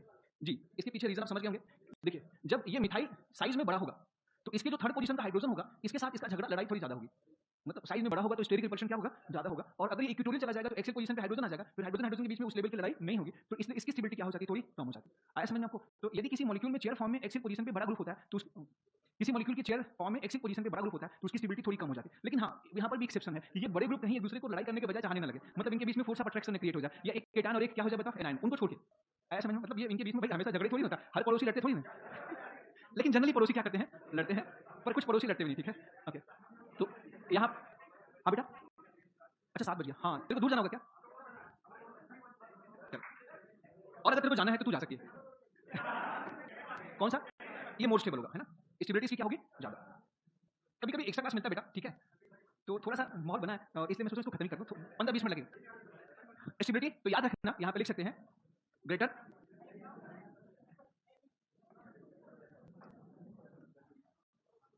ग्रेटर, भैया थोड़ा पीने का अरेंजमेंट है क्या, कुछ पीने होने का, मतलब पानी थोड़ी सी ग्रेटर से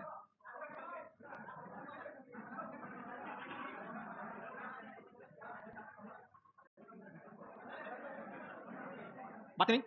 greater the larger group at axial position of chair form of cyclohexane lesser becomes stability, except the case of first intramolecular H bond, number 2 cation anion attraction, number next dipole attraction. Question कोई पूछे? Methyl यहां पर इन दोनों में कौन ज्यादा stable होगा बताओ? फर्स्ट वाला, चलो पहला, दूसरा,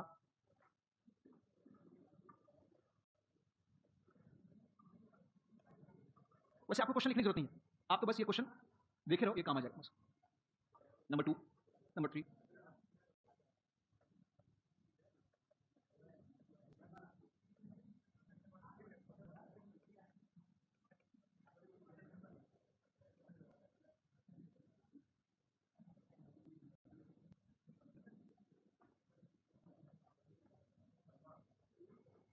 मेरे ख्याल से बहुत है, बहुत, 2-3 बहुत.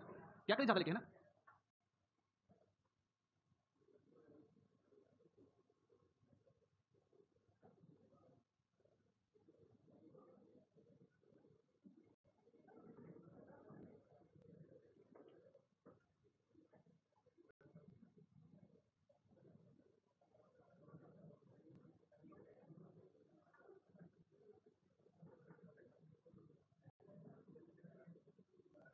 क्यों बातें कर लेते हैं आप?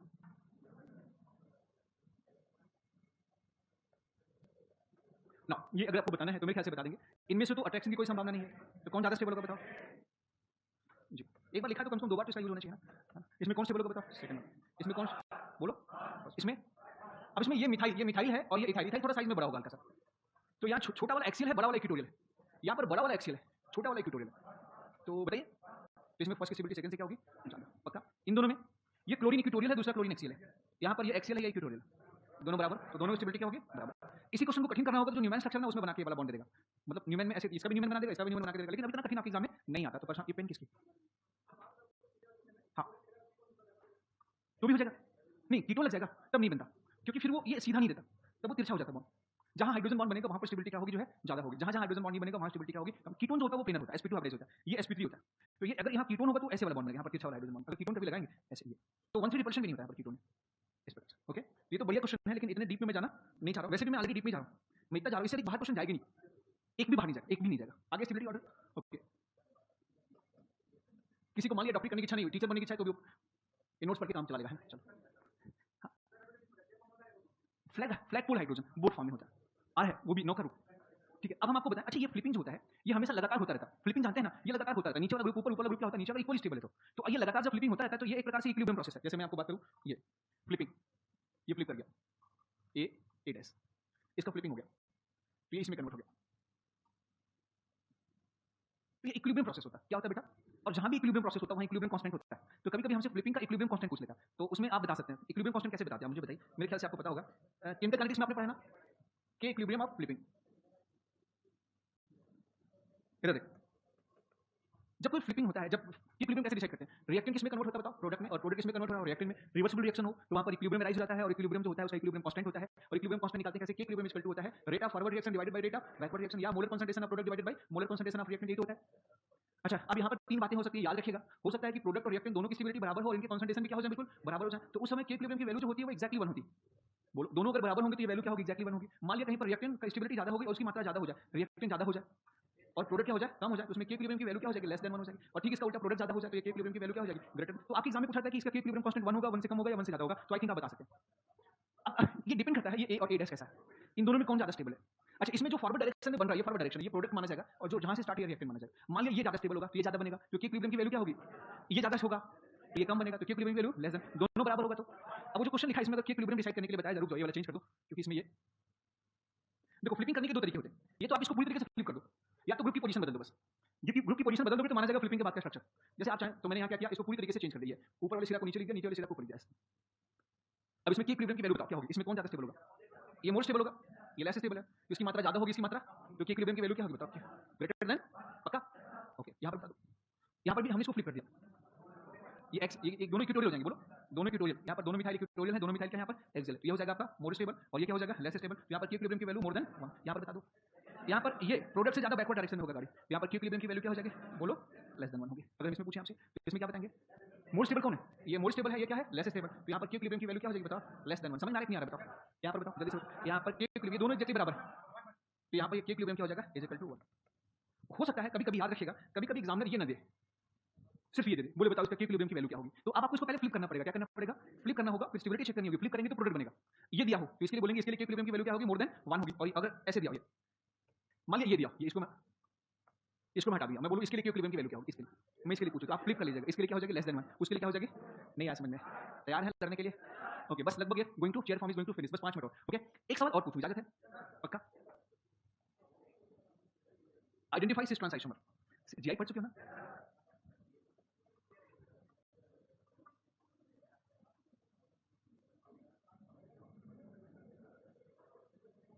बातें नहीं,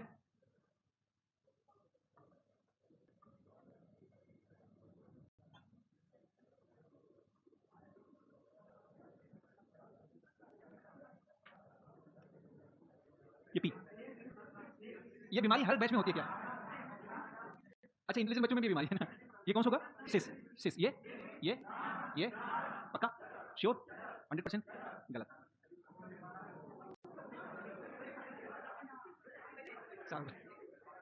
चारों गलत। ये है ट्रांस, ये सिस, ये सिस। ठीक है चलो कंफर्म हो गया, समझाना पड़ेगा नहीं?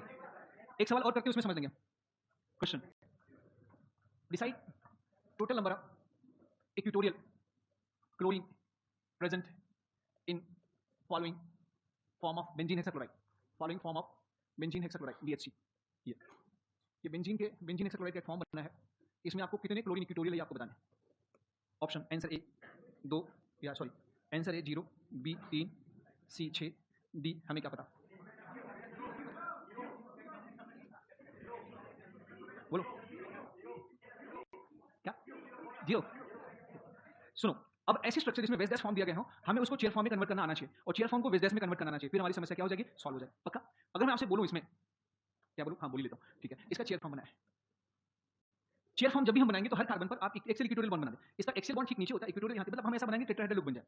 वैसे एक बात बताऊं, जो इक्वेटोरियल जो एक्सेल हाइड्रोजन होता है ना ठीक ऊपर नीचे होता है, और जो इक्वेटोरियल हाइड्रोजन होता है ना वो पड़ोसी कार्बन कार्बन बॉन्ड के पैरेलल होता है। मतलब ये वाला बॉन्ड जो है अगर आप देखेंगे तो इसके जस्ट पड़ोस में ये वाला जो कार्बन कार्बन बॉन्ड है ये उसके पैरेलल, ये कार्बन कार्बन बॉन्ड के पैरेलल होता है। इक्वेटोरियल हाइड्रोजन जो होता है वो पड़ोसी कार्बन कार्बन बॉन्ड के पैरेलल होता है, मतलब इस बॉन्ड का प्लेन इस बॉन्ड का लाइन सेम आएगी। आप ऐसे चाहे तो बना सकते हैं ठीक है, वैसे बनाना आपको आता है, आप अच्छे को बना लेते हैं ना। नेक्स्ट यहाँ पर बेटा ये, अच्छा सीएल था, sorry sorry sorry sorry sorry, समझ गया।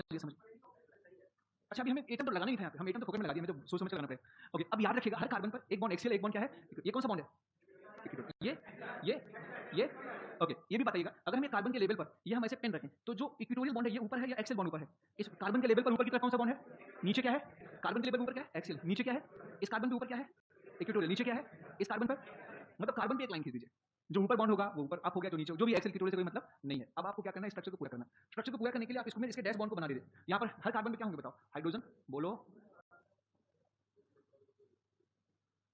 हो गया बेटा।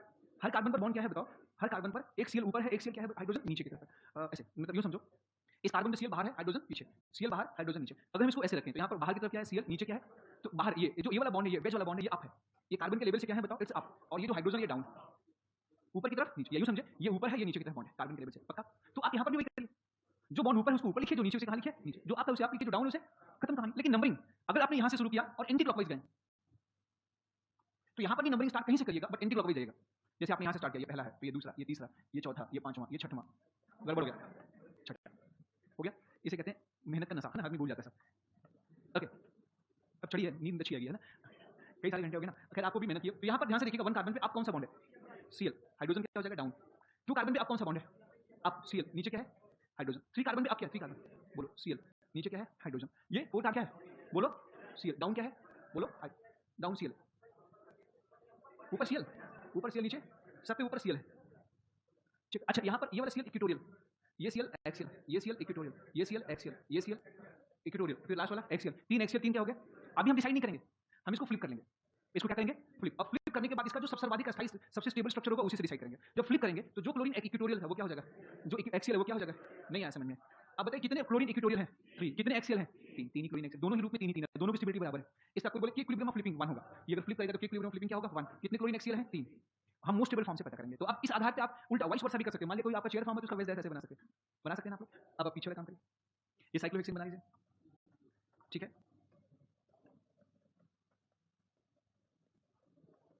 हो गया। कहां से स्टार्ट करें? ये कार्बन, ये कार्बन 1, ये 2, ये 1, ये 2 एंटी क्लॉकवाइज। ये कार्बन, इस कार्बन में क्लोरीन अप है या डाउन है? ये कार्बन का लेवल, इस कार्बन के लेवल से अप, तो ये वेज। इस कार्बन में क्लोरीन क्या है? 1। इस कार्बन में क्लोरीन क्या है बताओ? इस पे क्या है? ट्रांस। इस कार्बन में क्या है बताओ? इस कार्बन अप। इस पर भी कौन सा बताओ? सिस।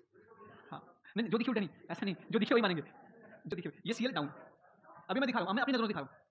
अगर आप नहीं बनाना चाहते ना तो आप यहाँ देखो, इस कार्बन पर, इस कार्बन पे क्लोरीन ऊपर, इस कार्बन क्लोरीन नीचे, ट्रांस। इस कार्बन क्लोरीन नीचे, इस कार्बन क्लोरीन ऊपर, ट्रांस। नहीं आया समझ में?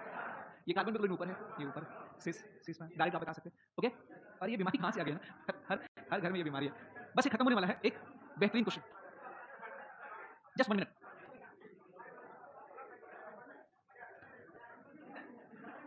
इसी क्वेश्चन को कैसे कठिन किया जाता है? इसी क्वेश्चन को कैसे कठिन किया जाता है आपको बताऊं। जैसे आपसे बोल दिया, बस हो गया बेटा, अरे मैं छोड़ दूंगा, जिसका जिसका घर मेरे रास्ते में पड़ता है इसको छोड़ना, ठीक है, और भी मेरी गाड़ी में 2-3 लोग 4 लोग आ सकते हैं। अब सारे लोग बोलोगे तो मुझे बैलगाड़ी लेके चलना पड़ेगा। तुम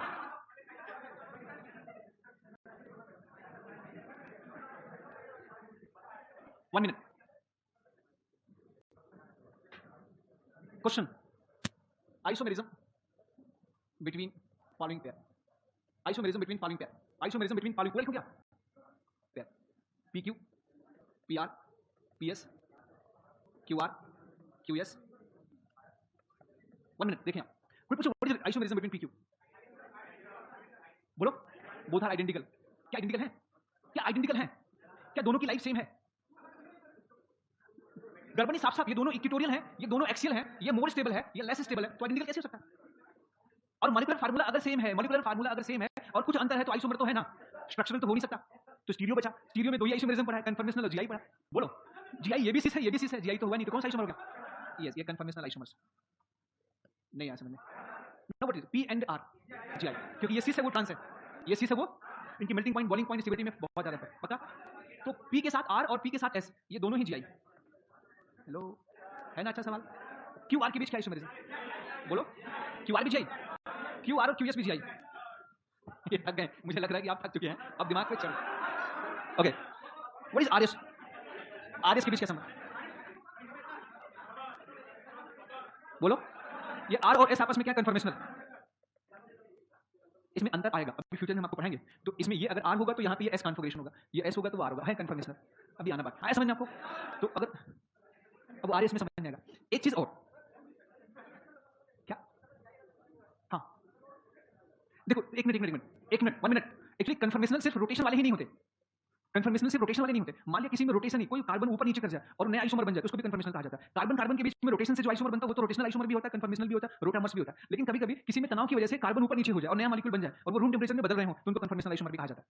जो आइसोमर रूम टेंपरेचर में एक दूसरे में बदलेबल होंगे, जो एक दूसरे में बदलेबल होंगे, वो सभी कन्फर्मेशनल आइसोमर्स कहलाते हैं। ये बदलेबल हैं, आप चाहें तो इनको एक दूसरे में बदल सकते हैं, एक्सियल की जगह इक्विटोरियल, इक्विटोरियल की जगह क्या कर सकते हैं बताओ? फ्लिपिंग करके। आया समझ में? पक्का? लास्ट, आज का लास्ट क्वेश्चन, सबसे ढंग का क्वेश्चन, क्या बता रहा था मैं? ये सब तो आप जानते होंगे।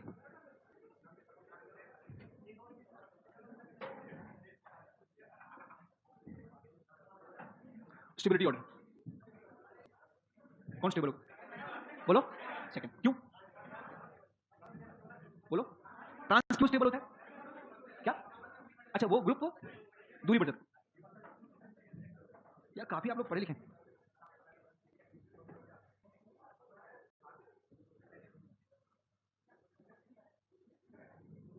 बस हो गया, ये बस इसका जवाब दे दूं। चलो, जितने सारे साइक्लोहेक्सेन होते हैं, कभी भी उनके बारे में फैसला लेना हो तो आप डायरेक्ट उसका प्लेनर स्ट्रक्चर देके फैसला मत लेना, आप उसका चेयर फॉर्म बना के ही फैसला लेना, नहीं तो आंसर हो सकता है बाई चांस गलत हो जाए, मुझे तो नहीं पता, पर इसमें भी गलत है ना। जो भी नहीं, ओनली साइक्लोहेक्सेन, क्योंकि ये सिर्फ साइक्लोपेंटेन में जवाब ठीक है, साइक्लोब्यूटेन में ठीक है, प्रोपेन में ठीक है, साइक्लोहेक्सेन का जवाब आप कंफर्मेशन से लेना। ठीक, अब हमें नहीं पता, पर देखते हैं, लेट्स ट्राई। इसको कैसे बनाएंगे जब आप मुझे बताएंगे। इधर देखें, चलो यहाँ से हम नंबरिंग करते हैं। ये कार्बन 1, ये 1, ये 2, ये 3 हो गया। तो कहीं भी नंबर करने इसमें कोई दिक्कत नहीं, यहाँ से करें, ये 1, ये 2, ये 3 कर दिया। यहाँ पर ये 1 एक्सियल कर दिया, बोलो ये वेज है ना, यहाँ पर भी मिथाइल, ये दोनों मिथाइल एक्सियल हो गए, बोलो। और यहाँ पर ये मिथाइल अगर वेज पर है तो ये मिथाइल डैश पे जाएगा, लेकिन ध्यान देना, ये जीवन में इसी रूप में नहीं रहेगा, ये फ्लिपिंग भी करेगा, इट विल सो फ्लिपिंग। ये मैं डैश क्यों बना रहा हूँ, मुझे समझ नहीं आ रहा। ये डैश बेस डैश बनाने की जरूरत ही नहीं यहाँ पे, हमें तो सिंपल बॉन्ड बनाने।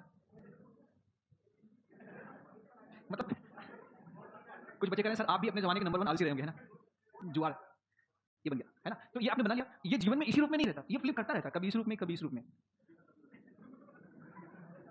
कभी इधर, कभी तो नहीं, कभी ऐसे, कभी वैसे।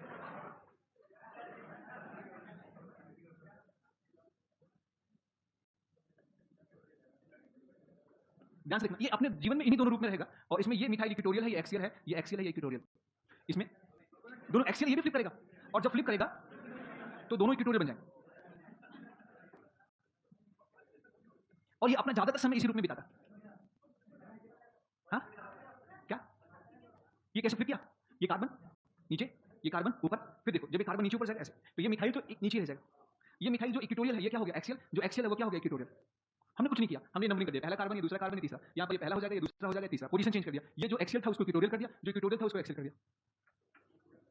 हमने क्या किया, जब पोजीशन चेंज करेंगे, ये कार्बन नीचे आएगा, ये 1 होगा, तो ये 1 होगा, ये 2 होगा, ये 3 होगा ना, तो 3 वाले मिथाइल जो एक्सियल है वो क्या हो जाएगा इक्वेटोरियल, और जो इक्वेटोरियल है वो क्या हो जाएगा एक्सियल।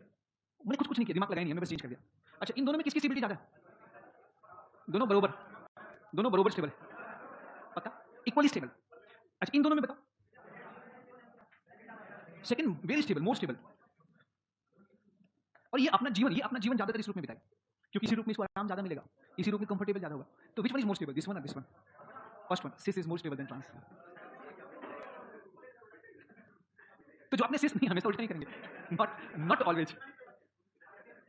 इस पे कोरा पे देखेंगे, कोरा पे इस पे क्वेश्चंस कई लोगों ने पूछा है, कई लोगों, खैर आप लोग नहीं रहते इसमें ना, तो इसमें बड़ी चर्चा है। ये आगे समझ में आपको, हेलो, पक्का। अच्छा, ये क्लियर है, पक्का। तो जब चेयर फॉर्म हो आपके सामने, जब चेयर फॉर्म हो आपके सामने, बहुत सारी गलतियां बच्चे क्या करते हैं मैं आपको बताऊं। जैसे आपने आपने आपने पढ़ा होगा ये बेंजोइक, अगर हम आपसे पूछे इनमें से कौन ज्यादा एसिडिक होगा, जीओसी नहीं पढ़ा है मैंने, लेकिन अब आपको यहां पर मैं ये जीओसी में बताया जा सकता है, which is more acidic, which is more acidic. हाँ उल्टा ही होगा है ना, जो हम सोच रहे हैं उसका उल्टा ही करेंगे। हाँ भाई, फर्स्ट होना चाहिए लेकिन सेकंड होता है, क्यों होता है, क्यों पीके वेलकम रहता है। इसके हाइड्रोजन के जाने से इस ग्रुप की साइज कम हो जाती है, तो ये एक्सियल इक्वेटोरियल दोनों में कंफर्टेबल फील करता है, इसलिए अपने हाइड्रोजन को जल्दी त्याग करता है। अच्छा, ये चेयर फॉर्म रहता है, इसलिए इसकी स्टेबिलिटी ज्यादा होती है। हाँ क्या, मैं आपको बताता हूं, आप जीओसी पूरा आप कहेंगे, आप पीके वैल्यू चेक करें ना, बेंजोइक एसिड ने साइक्लोहेक्सेन कार्बोक्सिलिक एसिड, इसमें ज्यादा स्ट्रिक्ट मिलेगा आपको। ये चेयर फॉर्म का कमाल। अब याद रखना, अक्सर टीचर क्या करता है, जो नया नया टीचर होता है उसको हमने एक जगह 5 मेंबर में ऐसे पूछा, हमने एक जगह बेंजोइक एसिड बोला और एक बेंजोइक एसिड के साथ हमने लिख दिया, और दूसरा हमने साथ में साइक्लोपेंटेन कार्बोक्सिलिक एसिड लिख दिया। हम साइक्लोहेक्सेन नहीं लिख रहे क्योंकि हमको पता है कि साइक्लोहेक्सेन में चेयर फॉर्म में जाएगा तो लोचा हो जाएगा, तो हम जानबूझ के चेयर फॉर्म नहीं लिख रहे, तो हमने ये बता दिया ये ज्यादा स्ट्रिक्ट होगा। अब टीचर ने कहा यार सेम क्वेश्चन लिखेंगे तो गड़बड़ हो जाएगा, तो उसने कहा कि सर ने 4 फॉर्म लिखा, मैं इसको 6 फॉर्म ले लेता हूं, हो गया गलत। तो थोड़ा थोड़ा तो मामला गड़बड़ हो जाता है। तो जब भी चेयर फॉर्म के बारे में कुछ भी जानकारी देनी हो तो सोच समझ के देना। साइक्लोहेक्सेन जो होता है वो चेयर फॉर्म में रहता है, ये जीवन अपना चेयर फॉर्म में ही बिताता है, ये इस रूप में बिताता ही नहीं, अगर इस रूप में रहता तो ये ज्यादा एसिडिक होता। Okay that's all. बाकी हर जगह आप सही है, बाकी हर जगह क्या है सही है। तो आप ये वाला क्वेश्चन अच्छा था ना, बवाल क्वेश्चन था ना। अगर मैं इसको पूछ लूं तो 99.99% बच्चे गलत करेंगे। नहीं, हमेशा उल्टा मत करना, मैं ऐसा नहीं कि हर क्वेश्चन ऐसा कंसेप्ट लगाना। चेयर फॉर्म का जो ठीक है, कुछ बच्चे झोला उठा लिया, नहीं रुकने वाले। अच्छा सुनो,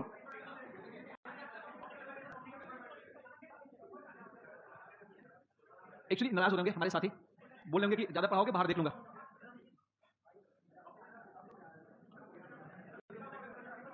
अच्छा मैंने ओएच कर दिया तो कौन ज्यादा एसिडिक होगा, बोलो। तो भी फर्स्ट वाला ही होगा, क्यों, इधर हाइड्रोजन बॉन्डिंग और इधर इक्वेटोरियल, दोनों ही कंडीशन में कंफर्टेबल है। उधर हाइड्रोजन बॉन्डिंग भी नहीं बन रही, ऊपर से एक्सियल चला गया, ये पता। अब इसमें तभी यही होगा।